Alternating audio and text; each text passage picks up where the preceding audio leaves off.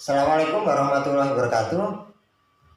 Pada pertemuan kali ini atau sesi kali ini saya akan menyampaikan materi tema tentang Laboratorium Information System ya, atau sering kita kenalnya mungkin ada LIS Laboratory Information System atau LIMS Laboratory Information Management System.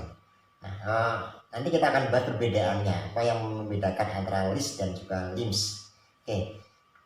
Sebelum kita masuk, kita harus pahami dulu konteks dalam subsistem dari sistem informasi manajemen rumah sakit ya. Kalau kita pahami secara utuh bahwa SIM RS itu adalah seluruh pelayanan yang ada di dalam rumah sakit, dan itu tercover dalam sebuah sistem. Maka di dalamnya itu ada masing-masing ada subsistem ya, entah itu sistem informasi asuhan keperawatan, kemudian sistem informasi radiologi, sistem informasi farmasi, dan salah satunya yang akan kita bahas pada hari ini adalah sistem informasi laboratorium, atau sering kita istilahnya adalah Laboratory Information Management System atau LIMS. Ada dua istilah, ada yang mengatakan LIMS, ada yang mengatakan LIS ya, atau Laboratory Information System. Saya kira kedua-duanya sama ya, artinya hanya ada yang menambahkan unsur manajemen di situ. Sedikit informasi bahwa LIMS itu konteksnya adalah tidak hanya lebih kepada konteks pelayanan atau integrasi pelayanan atau data pelayanan kepada pasien, tapi LIMS itu lebih kepada kita berbicara tentang konteks manajerialnya. Jadi ada kaitan misalnya dengan pemasukan, jasa pelayanan, kemudian manajemen kepegawaian yang ada di laboratorium, misalnya tenaga ahli kesehatannya, kemudian manajemen spesimennya, kemudian perangkat-perangkat alat peralatan yang digunakan untuk uji lab dan seterusnya, itu masuk dalam situ. Artinya memang lebih kompleks ya. Tapi tidak salah juga yang mengatakan memang lebih suka menggunakan istilah LIS ya, atau Laboratory Information System. Itu hanya perbedaan istilah, meskipun beberapa ada yang beberapa teori mengatakan memang perbedaan LIM dan LIS itu lebih kepada aspek general manajemennya. Namun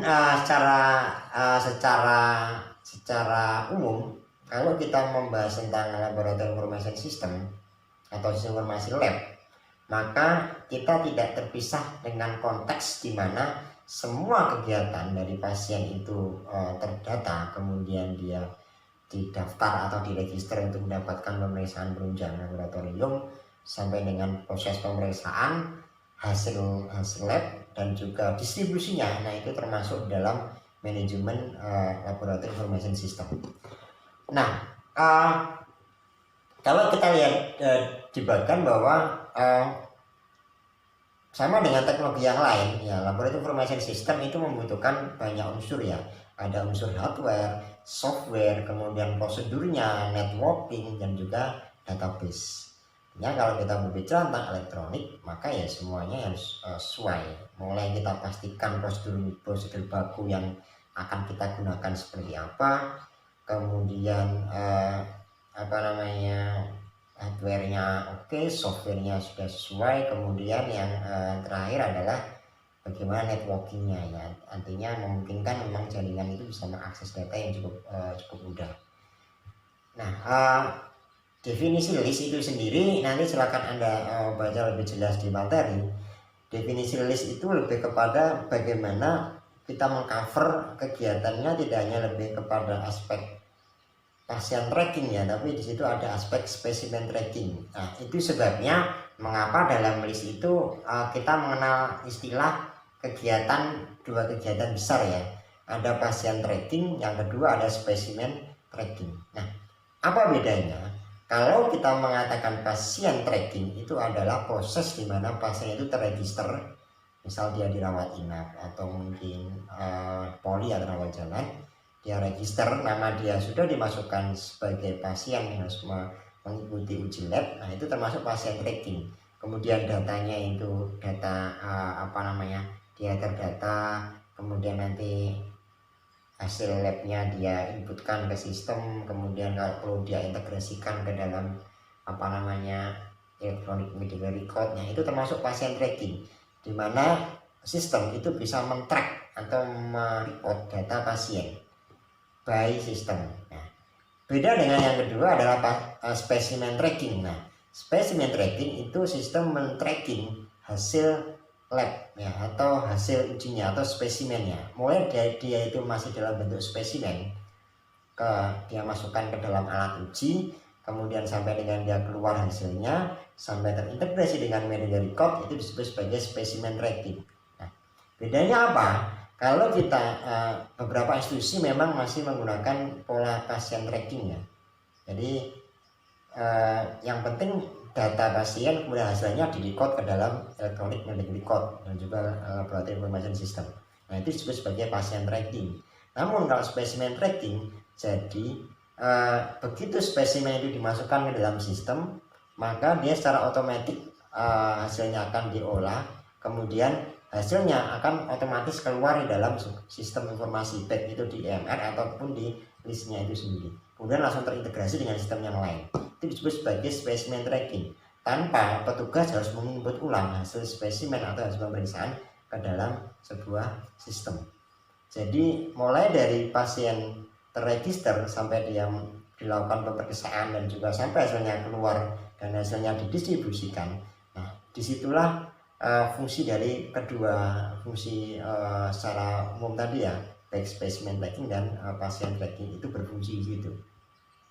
Memang kalau kita berbicara tentang kedua aspek ini, agar dia bisa berjalan dengan dua-duanya bisa berjalan semua, ya kita membutuhkan selain connectivity yang bagus, hardware yang oke, softwarenya juga harus kita sesuaikan. Karena kita tahu bersama bahwa yang alat laboratorium atau alat periksa laboratorium itu kan memiliki software bawaannya, atau dia memiliki software dari vendornya sana. Nah, itulah tugas ketika kita ingin melakukan baik itu pasien tracking dan spesimen tracking berjalan bersama-sama, maka kita harus melakukan standarisasi antara software yang ada di alat laboratorium dan juga software yang ada di CMRS, atau dalam konteks ini adalah yang kita kembangkan sendiri untuk laboratorium information system di rumah sakit. Nah, ketika itu sudah terstandar kemudian sudah terintegrasi, maka kedua fungsi itu bisa berjalan. Kalau tidak, biasanya ya berdiri sendiri, jadi nanti pemeriksaan sendiri, hasilnya nanti keluar terus diinput kembali ke dalam sistem. Nah, itu yang kita sebut sebagai spesimen trackingnya nggak jalan, yang jalan hanya pasien trackingnya saja. Nah, kemudian ada banyak solusi untuk melakukan standarisasi sistem ya, atau menjembatani agar operasional dari LIMS ini berjalan dengan cukup baik. Pertama, kita bisa menggunakan aplikasi seperti Lead Plus ya, Lead Plus atau EpiInfo, kemudian ada juga Astro, Microsoft Access kalau untuk basis data, Visual Basic kalau kita masih menggunakan desktop, tapi saya kira sudah ditinggalkan ya. Kalau desktop biasanya menggunakan Java atau aplikasi yang lain gitu kan, atau SAS, statistik analitik software, atau banyak aplikasi yang lain yang bisa kita gunakan. Misal kalau kita ingin menganalisis genomik, kita bisa menggunakan Jalview, kemudian aplikasi Mega dan aplikasi yang lain ya. Jadi ada banyak aplikasi atau varian yang bisa kita gunakan. Nantinya itu tidak saklek kaku harus aplikasi-aplikasi tertentu, namun kita masih bisa menggunakan banyak varian. Kemudian Lead Plus memang sering digunakan karena dia memang diperuntukkan untuk menjembatani aplikasi sistem informasi lab ya, berbasis lab ya, untuk kegiatan laboratorium. Nah, itu memang salah satu alternatif yang bisa digunakan, dan tadi aplikasi yang saya sebutkan cukup banyak tadi. Kemudian referensinya artinya pastikan bahwa kalau kita ingin melakukan standarisasi data untuk sistem informasi laboratorium, tipe data labnya juga harus kita sesuaikan, mulai dari misal clinical, kemudian hybrid, kemudian standar data yang kita pakai itu apa, kemudian volume spesimennya biasanya ada standar minimal dan standar maksimal ya, kemudian tipe dan number testnya bagaimana, kemudian size-nya, existingnya sistemnya seperti apa, dan rekrutmen yang akan kita pakai yang seperti apa. Artinya memang banyak hal yang memang harus kita lihat ya dalam implementasi sistem informasi laboratorium. Secara simpel saya mengatakan tidak jauh beda atau sama saja dengan bermain sistem yang lain ya. Artinya kita melihat aspek prosedurnya, kemudian prosedur kerja ya, kemudian aspek humannya atau pengguna, hardwarenya, softwarenya, networkingnya, dan juga aspek-aspek penunjang yang lain ya, berupa kebijakan ataupun organisasi. Kira itu sama. Kemudian nah ini beberapa contoh misal tampilan dari sistem informasi laboratorium. Ada banyak varian yang bisa kita gunakan atau aplikasi yang bisa kita pakai.